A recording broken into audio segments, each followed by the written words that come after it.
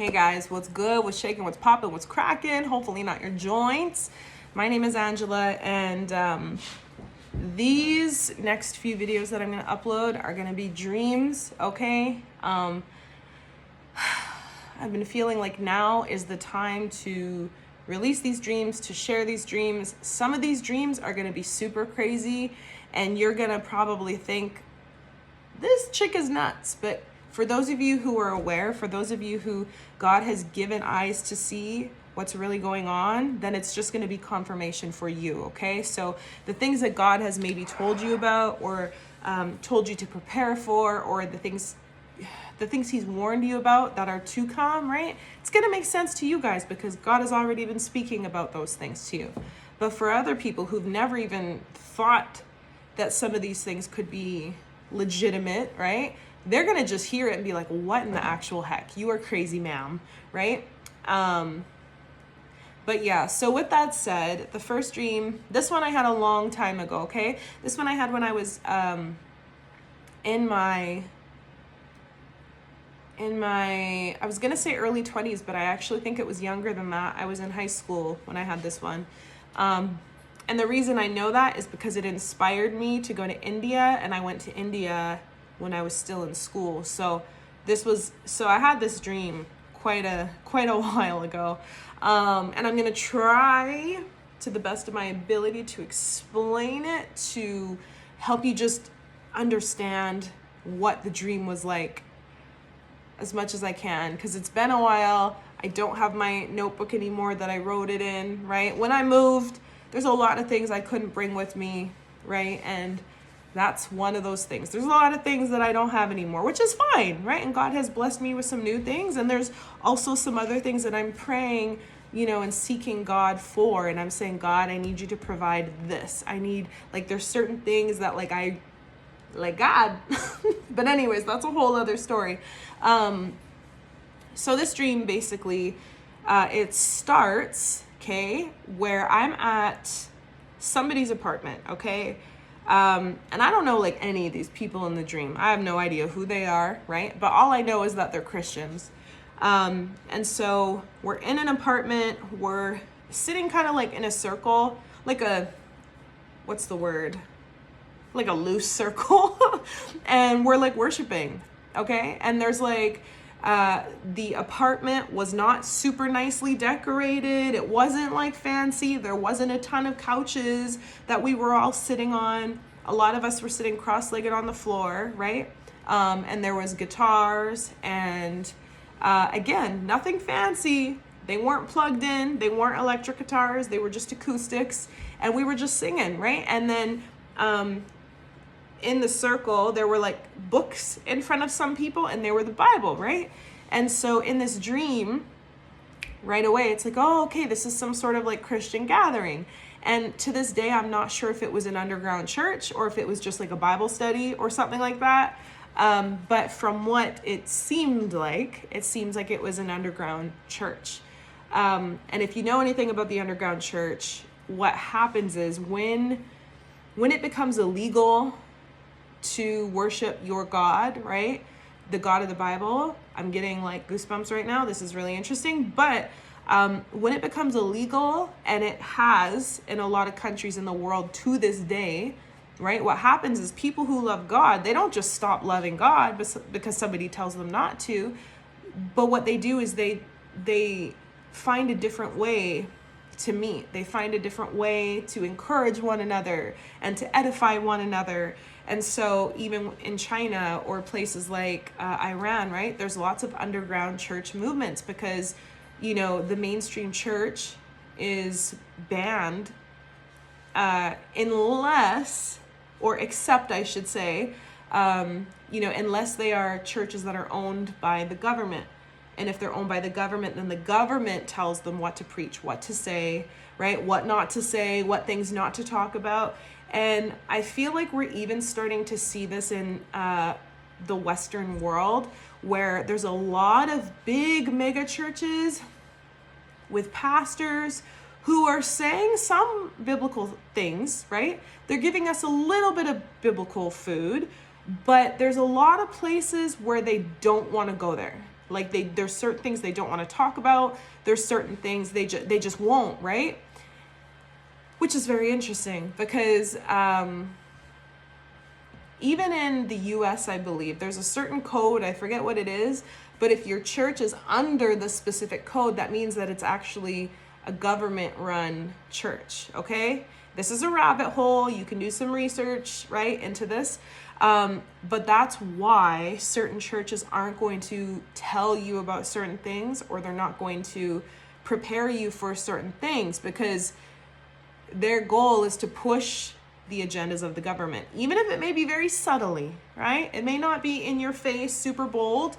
And I feel like that's not usually how the enemy starts off ever, right? It's like the whole boiling frog illustration, right? You don't just turn the water up so it's boiling and then throw a frog and he's gonna jump right out. So you have to make sure that you put him in the water that's lukewarm, that it's comfortable, right? And then you slowly turn the heat up, and then that's how the frog eventually gets cooked, right? And I feel like the same thing is kind of happening today. And I was not meaning to even talk about any of this. So, okay, if you want to talk about it, that's cool. But I feel like that's what's happening today. The church has become so watered down to the point where we're not really willing to address certain things. And unfortunately, there's a lot of people who really, really, really, really love God, and they want to serve God with all their heart, and they need people to teach them, to disciple them. They need people to actually help them. And if they have concerns or questions, like, they need to be able to actually have a place where they can go and get that, right? And unfortunately, a lot of these big churches, right, have turned into places that are nothing more than businesses, and that's it, right? And so for a lot of people who are going to these places, and I'm not saying every church, please hear my heart. That's not what I'm saying, okay? But again, if you have ears to hear and to understand what's going on, you're going to understand what I'm saying, right? I feel like there's been a big disconnect. A lot of people have been kind of leaving the church, and I think it's because they realize that they're not getting fed at the church anymore. Not that the church is all about just getting fed. That's not it either, right? But again, the discipleship, like all of these things that, happen, right, at the church, it's like, it's not really anymore. And so it's like, we live in an age where it's like things are changing, right? We live in the information age, which is also talked about in the Bible as prophecy, right? It's going to get to the point where like we have so much knowledge and information, right? Like before Jesus comes back, this is going to be the society that we're in, right? But with that said, it's almost like people have been talking about for a while now about how God has been like exposing the church. He's been, destroying, some of these leaders of churches who have been mishandling God's people, mishandling God's money, who have been really just, for lack of better terms, right, just pimping out the gospel, right? And people have been talking about these things, and we're starting to see it happen, and I feel like it's going to continue to happen. But as it continues to happen, I feel like a lot of people are just going to become so disheartened. Even right now, there's like stuff going on with like Daystar, and like there's so much stuff. And again, I've been there because I was a part of churches when there was stuff going on, and when they got exposed on the news and all over the newspapers, right? I was part of that because I had to speak to the police. I had to, and so again, I'm very sensitive to certain things, right? That I hear in certain churches, certain phrases, and I'm like, oh, interesting. I've heard this before, right? And but with that said, continue to focus on God, continue to seek him out, even if you don't have like a solid church building. And you know what? We can pray that God will bring us to the right places, and it may look different than what we've been used to for years. In the future, we may not have church buildings anymore. We may have underground churches to go to, and it may just look like, hanging out in somebody's living room, right? Or maybe in a backyard, or maybe at the park, right? Like, And even when I think about the Bible, right, it's like when Jesus and his disciples would get together, it's like they would get together at people's houses and they would eat and they would talk and they, and yeah, so it's just like, things things might be changing soon. And yeah, even when it comes to what's going on in the world politically, what's going on in the world when it comes to religious division, right? Even in Palestine, right? And Israel with the whole Islam and Judaism, or I'm saying Judaism in quotations, right? Because we know that there's the true Jews and then there's like the synagogue of Satan, and that's a whole other issue, and I won't go into that rabbit hole right now. But even when we see these tensions, like kingdom rising against kingdom and nation against nation, nationalities, nations against other nations, it's just very, very interesting. But anyways, let me just get into this dream, and some of this will maybe make sense, okay? So we're in this dream.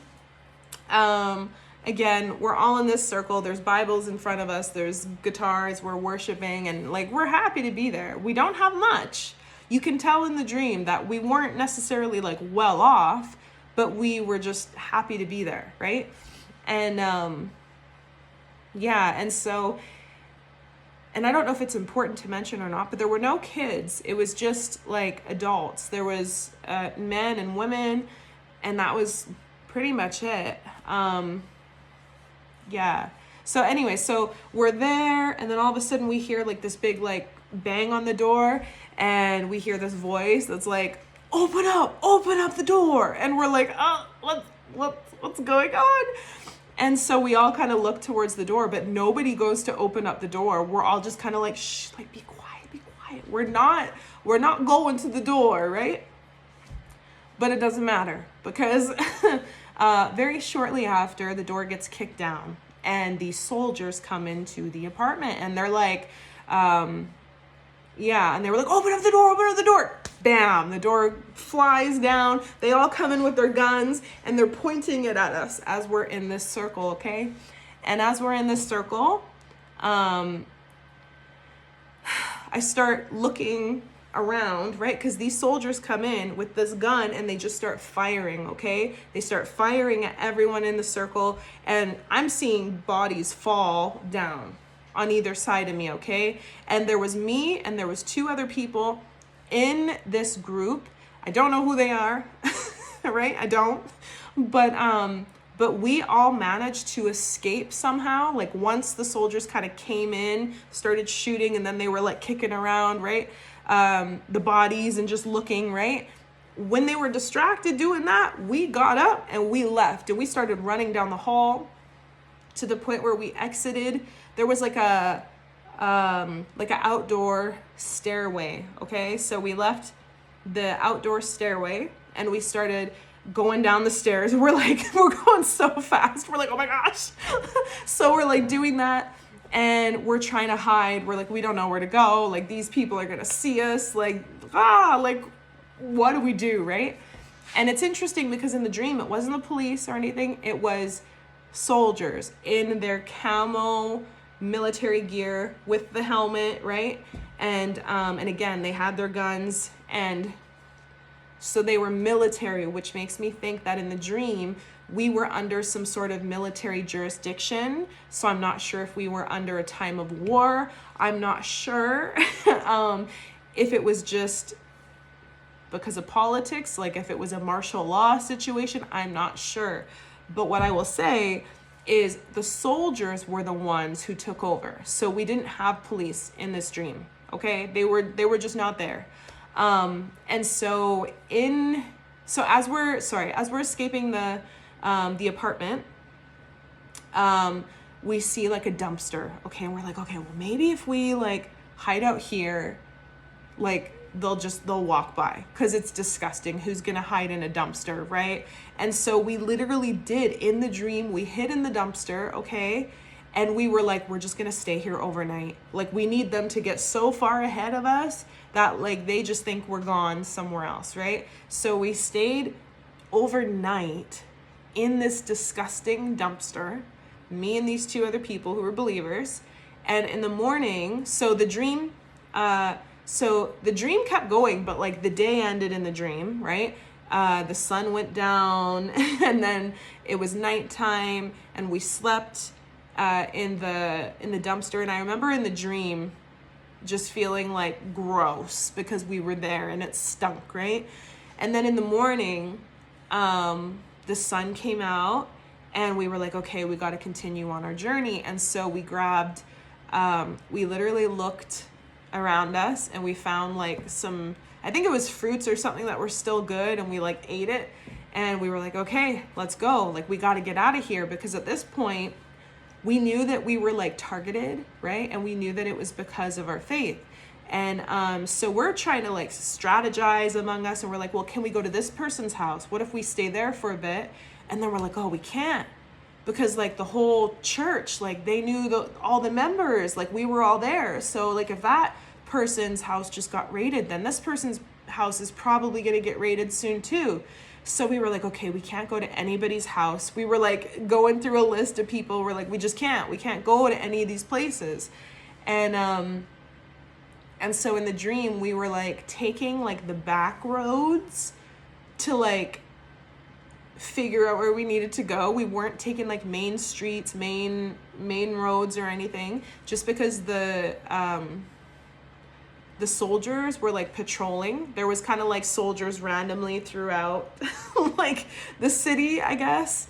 And in the dream, eventually we started to realize that we had to leave. Like, we had to get out of where we were.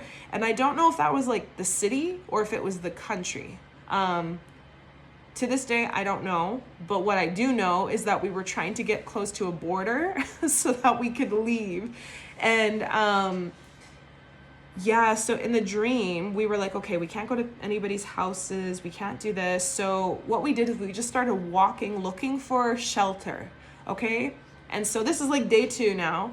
We managed to find a building that was boarded up. The windows were boarded up. The door was boarded up. It was abandoned. And we were like, okay, if we can find a way to get into this building, we can stay in this building. And we can just stay here for a night, right? Just that way we're not on the streets. We're kind of hidden.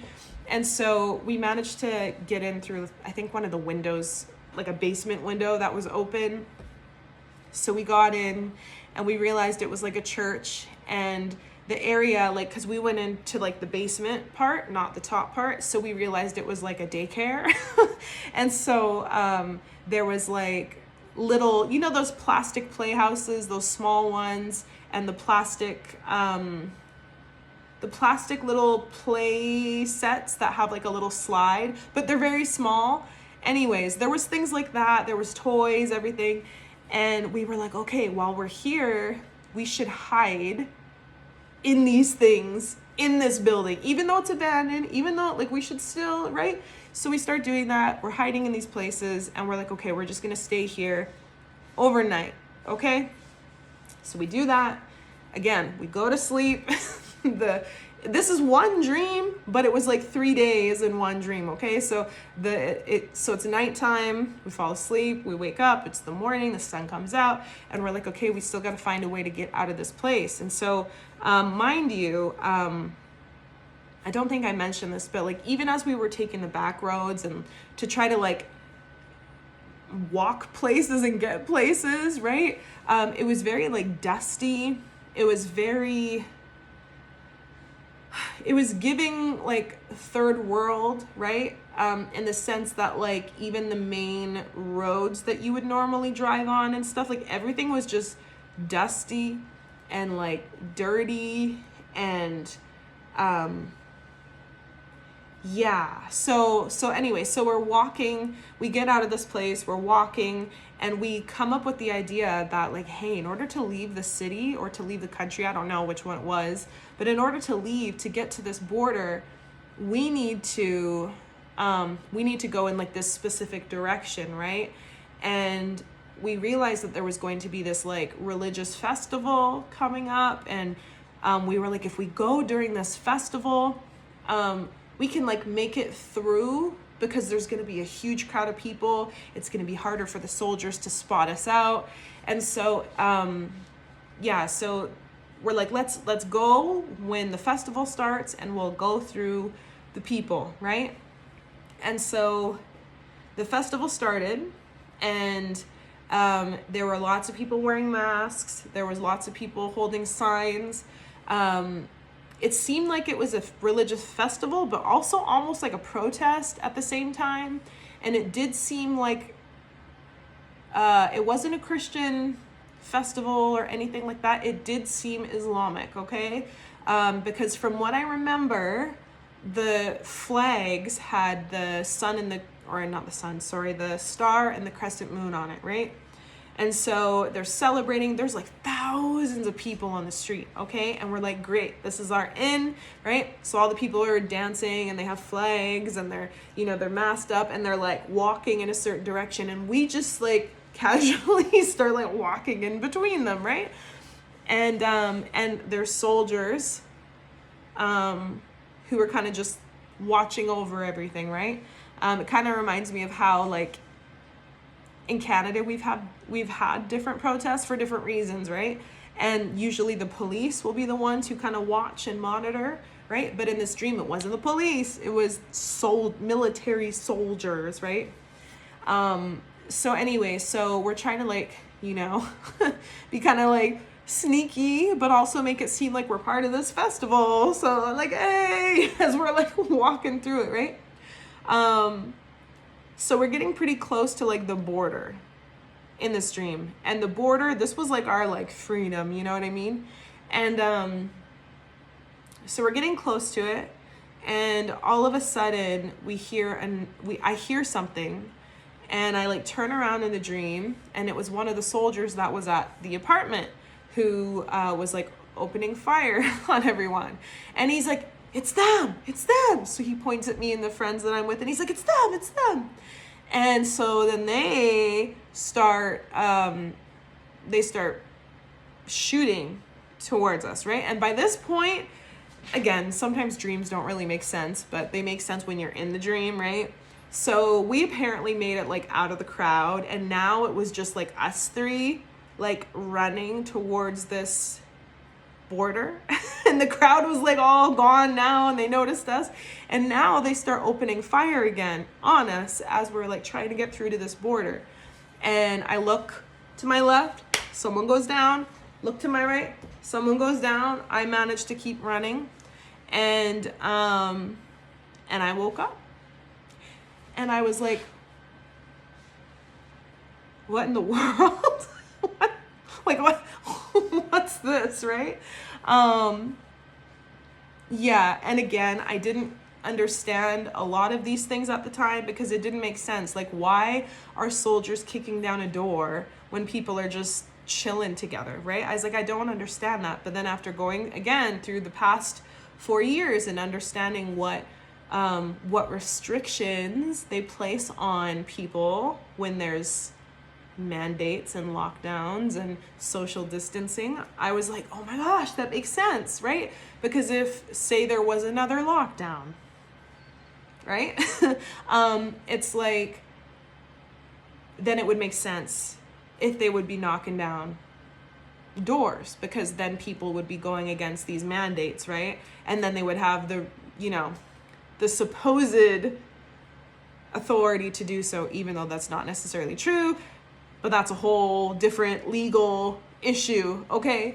Because mandates are not law, mandates are suggestions, but that's a whole other thing. But anyway, so so even like that, I didn't understand it. But then after going through the whole past 4 years, I was like, oh, that makes sense. That part definitely makes sense now, right? And then even like the festival, when I first had this dream, I thought it was like, Palestine or Pakistan or something, because of the festival part, when everybody was like out in the streets with their flags and their masks and everything. And I was just like, when I first had this dream, I thought it was there because of that. But now I'm realizing that's not necessarily the case, because I live in a country where that, I'm just going to say it, and Islam has definitely been on the rise. I have a lot of friends who are Muslim, and I love a lot of them so dearly. I really do. But it definitely has been on the rise. And even in the news, right, we're seeing these tensions, these religious tensions, right, between, because of what's going on in Israel and Palestine, right? We're seeing these religious tensions between Hamas, which is Islam, right? And then the Jews, right? The Jews, the fake Jews, right? And I'm just saying fake Jews because the Bible talks about how there's going to be, how there's basically true Jews, and then there's those who say they are Jews, but really they're from the synagogue of Satan, right? So there's like this distinction that there's going to be people that you think are a certain way, but really they're not. And so, so even seeing that, and then in Canada, I don't know if I mentioned this already. If I did, I'm so sorry. But in Canada, apparently in Montreal, there was like this big protest that just happened too. And it was a Muslim protest. And apparently it was the most violent protest we've ever had in Canada. And I just found out about this before I made this video. But again, all of these things in this dream are like now, they make sense. Back then it didn't make sense. And so even with that, like all of these increases, and that stuff, I'm like, oh, like these things are happening here. They're not happening in, like, they're probably happening, well, they are happening in like Palestine too, but like they're happening here in the Western world. And it's very interesting, and just to see like the, what's going on with it. There's so much more I could say about it, but I'm not going to. But, division is a very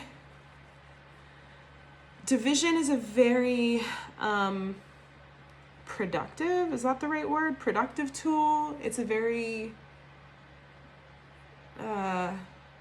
effective. There we go. It's a very effective tool. So even just to pit people against one another, and I could see how this could set the stage for there maybe being like a one world religion, because there's so much chaos among different groups right now. So why don't we, just bring something else in? Because again, everyone has been so disillusioned with, these mainstream Christian churches, because there's been so much stuff that's gone on. And unfortunately, right, it's a people issue. It's not the church building issue. It's a people issue. People are infallible. They're flawed. And, unfortunately, some of them should not be in the positions they're in. But also with that said, a lot of these people in these positions are wolves in sheep's clothing. They're not actually who they profess to be. They're not actually who they claim to be. Just because they have a title, just because they have, like, I've been learning so much. And like, even when it comes to how certain people become pastors of certain churches too, you have to understand that there's certain groups that are not Christian at its core. Okay. They're not Christian. They are putting people into these positions of power at these churches to fulfill their own goals, right? And agendas. And again, it goes back to what I was saying about these like government run churches, right? There's a different agenda behind why they are doing it. And it's the same thing for some of these secret societies, right? They will put people into certain positions because, hey, we need one of our men to be like a pastor of this church, and right, because then they can use the church building too for all sorts of crazy stuff. And I don't know how many of you have been living under a rock for so long, but there's a lot of crazy stuff that's gone on in this world. There's been kids talking about satanic ritual abuse going on in certain churches, okay? Churches. And so how does this happen? There's people put in position so that these things can happen. And so unfortunately, right, the Bible talks about how in the end times, right, Jesus says, take heed that no one deceives you, right? That's the first thing he says. Deception is it's just increasing, right? It's everywhere. Even for me, it's like I have to be so on guard. Even when there's pastors that I like, even when there's ministries that I like, it's like it's great to like them and it's awesome to like support them. Sometimes God will lead you to support someone, or maybe God is using someone to speak to you for a certain season or a certain time. But at the end of the day, it's like they're all men, right? Like they're all, and when I say men, I mean like the human condition. They're all men, right? Because I know some women do ministry too. And so we can't ever get into this place where we put people on pedestals, right? Or put, turn them into idols, because nobody's perfect, right? And the only person that has proven to be perfect, right, is Jesus. He was the only human, right? Even though he was still fully God, right? He was the only one who was ever able to be perfect. And it's because he was fully God too, right? Without that, like, I don't know, he wouldn't have been able to, he wouldn't have been able to do what he did, right? If he was just 100% human and that's it, right? And so I say all that to say, like, the world is changing. And again, some of us are aware and we understand and we know what's going on, and we've been kind of keeping an eye on things for years, and I've been keeping an eye on things for years, and I really do feel like we're going to see who the Antichrist is soon. I already think I know who that person is, but I also know that I'm infallible and I'm a human and I can make mistakes. But I feel like God has confirmed those things to me through dreams. My dad even had a dream about a certain someone, the same person I had a dream about before he passed, and his dream came to pass. And my dream, I didn't understand for a long time until I did some research of a Babylonian god called Marduk, okay? And the Bible says that there's nothing new under the sun, right? So the things that go on today, even the rituals, all these things that the occult does, right? It's not new. It's not just like it's not like, oh, like, let's do this. No, these things have been passed on for like years, for centuries. Like, these things are so old school that we don't realize that, like, even the modern day witches, the modern day whatever, right? It's like they're taking stuff from like ancient Babylon, from ancient Egypt, right? Like, and even when we think about these societies, right, it's like the same thing. And there may just be different names, right? Different gods, depending on which culture, was present. I guess there would be different names for different gods, but they would have the same characteristics, right? But yeah, like, it's very interesting just to see what's going on. So with that said, that's my dream. It's not meant to cause fear. It's not meant to cause anything like that. If anything, it's meant to just cause you to be aware and prepared for the times that are ahead. Like I've been saying, for a while, that things are going to get worse in the world. Things are going to ramp up. I've talked about war. I've even shared a couple of my dreams about war, about one, how I saw a bomb in the sky and I was trying to warn people, and some people looked up and they saw the same thing, and so they ran with me, they joined me, and then all of us, we started warning other people. But as we started warning people, all of a sudden these clouds came and they started blocking the bomb, so you couldn't see it anymore. All you could see was this cloud, right? And so they looked at us and they're like, what are you talking about? You guys are ridiculous, right? And sure enough, the bomb ended up hitting, right? And we ended up making it out, but these other people who doubted us and who said we were crazy, they ended up getting hit by the bomb. And so I shared that, right? I've been, these are not necessarily like fun dreams to share, which is why I haven't really wanted to share them. But I do think that God wants us to prepare and just really get ready. Like, I think it was in 2020, when God really led me and my sister to start preparing with some things. And I'm very, very grateful that he did back then, because there's things I would not be able to do now if I needed to. There's just no way financially, right? Just because inflation has gone up so much since then and everything. But just prepare. Like I said, God will lead you to where you need to be. Maybe you're debating moving to a different country. Maybe there's a reason for it. Maybe he's wanting you to just move to a different province, right? Maybe he's wanting you to move overseas, right? Just really, really listen to God's leading and pray about it and just ask for confirmation, because he may be doing it for your protection, right? Or maybe he wants you to start investing into things, right? Maybe even crypto, right?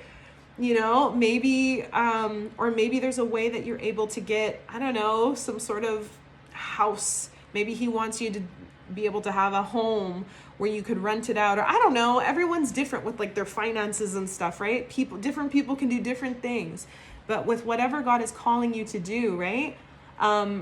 Prepare and build, not just for yourself, but for the people that God may bring into your life, right? Because he may be getting you to prepare so that you can also help bless somebody else who also is a believer, right?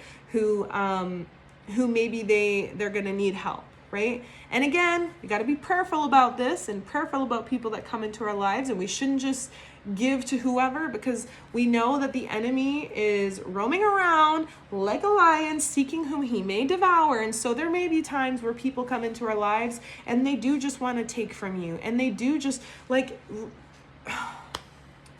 it's just the reality of the world that we're living in, right? It's a spiritual battle, and the enemy wants to drain you of your resources, of your energy, of all of these different things, your joy. And so if he can do that, if he can send people into your life, and if he can get them to take stuff from you that wasn't really a part of God's plan, man, the stress that can come from that. So just pray about it, right? Even if you're out somewhere and somebody's asking you for like money or whatever, right? Always don't feel like you have to rush into saying something. Just take a few minutes and say, God, what do you think, God? Right?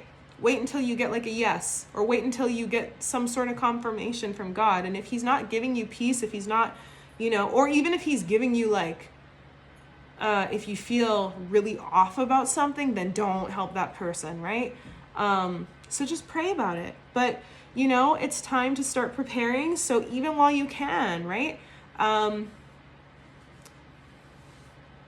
Prepare with food, right? Prepare with, I don't know if you guys have generators or whatever, but just think about like worst case scenario. Say the worst case scenario was to happen. How would you be able to survive, right? Are you able to cook food? Would you even have access to food, right? And even with me, I've been learning a lot of different hacks, I guess, or tips that I could take with me in the event that something like that were to happen. So become that Proverbs 31 woman, okay? She wasn't just somebody who was chilling, like she was investing, she was buying property, she was doing different things to prepare. And that's why she laughed at the days to come, because I'm already ready for you, right? So even when it comes to this, like prepare, do what you can. And, and again, everyone's different. We're all in different seasons, right? Some of us don't have a lot of money to be, buying things or to even really be preparing, but we can pray and we can ask God to provide for us, right? Or maybe he's going to put you in a season where you may have to live a little bit differently so that you can start saving up and preparing and just getting things, like even if it's rice, even if it's cans or dried beans or whatever it is, right? There's things that, I don't know. I just feel like there's things that he's called us to do. And even when it comes to supplements and stuff, iodine, if you were to have like a first aid kit, an end times first aid kit, iodine, okay? I would probably even throw some essential oils in, just because you can you can knock out a lot of different things with oils. Like for example, oregano oil, it is very, very potent. It is disgusting. Like it tastes so gross, but if you are fighting off an infection, you can You can ingest it, only 1 drop, right? You can ingest it. You can cook with it. So again, if you're in the end times and you can't buy spices and whatever, if you have oil, oregano oil or basil oil, you can literally use it in your cooking. And the oils last, I believe it's like 2 years, right? So it's like, okay, you can, you just got to get creative and think about these things. Another thing I would add is borax. I'm not going to go into that, but you can do research and go down a rabbit hole. I found a fascinating interview in the beginning of 2020, before everything went crazy, of this guy who was a microbiologist who was talking about how the future threat is not just going to be normal bacteria and normal viruses, but it's going to be nano bacteria, like nanobots. And he was talking about ways that you can kill nanotech in the body. Okay? It was a very fascinating interview. And I have, ever since I saw it that one time, I have not been able to find that video ever since. I've looked for it so many times, it's gone. It is scrubbed from YouTube. It's literally been like 4 years. And every once in a while, I'll try searching different things to see if I can find it again. Can't find it. It's gone. But anyways, I say all that to say borax. And I use borax. And I also have a friend, or had a friend who was,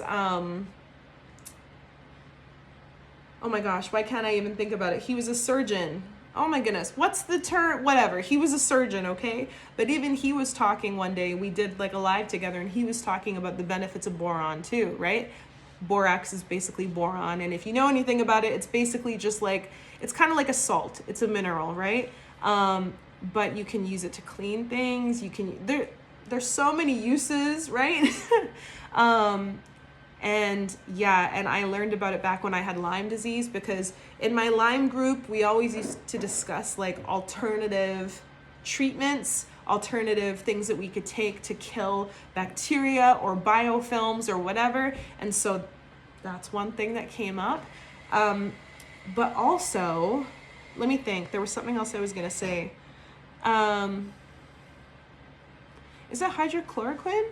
I believe it was hydrochloroquine. That was also used as Lyme treatment, which is very interesting because I have my own theory on Lyme in relation to the co-flu. I'm going to call it the co-flu, just because they're both, maybe I won't get into that, but they're both diseases that were started in like a laboratory, right? And and again, you can do your research on that. There's a fantastic book called Bitten, and it gets into that. There's a movie called Under the Eight Bomb, and it gets into the origins of like biological warfare. It's very intense. It's very interesting. But when you realize, again, there's nothing new under the sun, you start to realize patterns, and you start to realize, oh, I've seen this before. I saw this with the Tuskegee experiment. Oh, I saw this before with Lyme, right? When they banned penicillin with Tuskegee, and then with Lyme, they banned long-term antibiotics. And then with the co-flu, they banned hydrochloroquine. And it's very interesting when you start to understand why, right? Why they stopped it. And anyways, I'm saying too much already. I don't want this video to get taken down, so I'm going to stop here. But anyways, I say all that to say, guys, don't worry.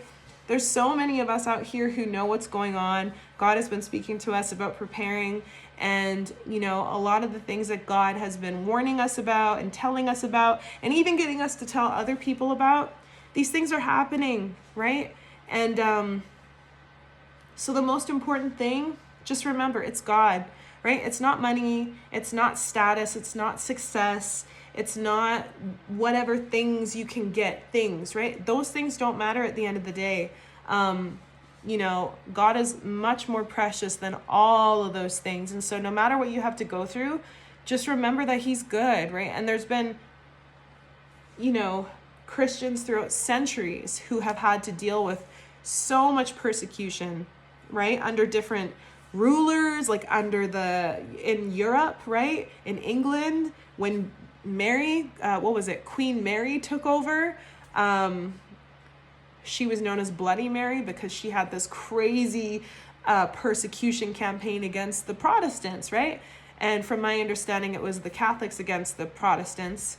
But anyways, like all throughout history and all throughout, there's been different forms of persecution. And I feel like in the Western world, we've just been so accustomed to being comfort,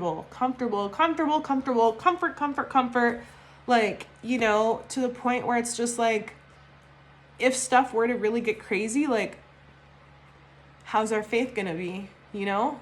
Is it gonna be okay?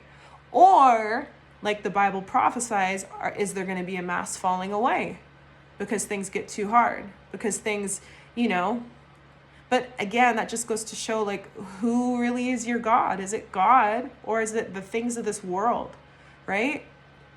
And if it's the things of this world, right, then,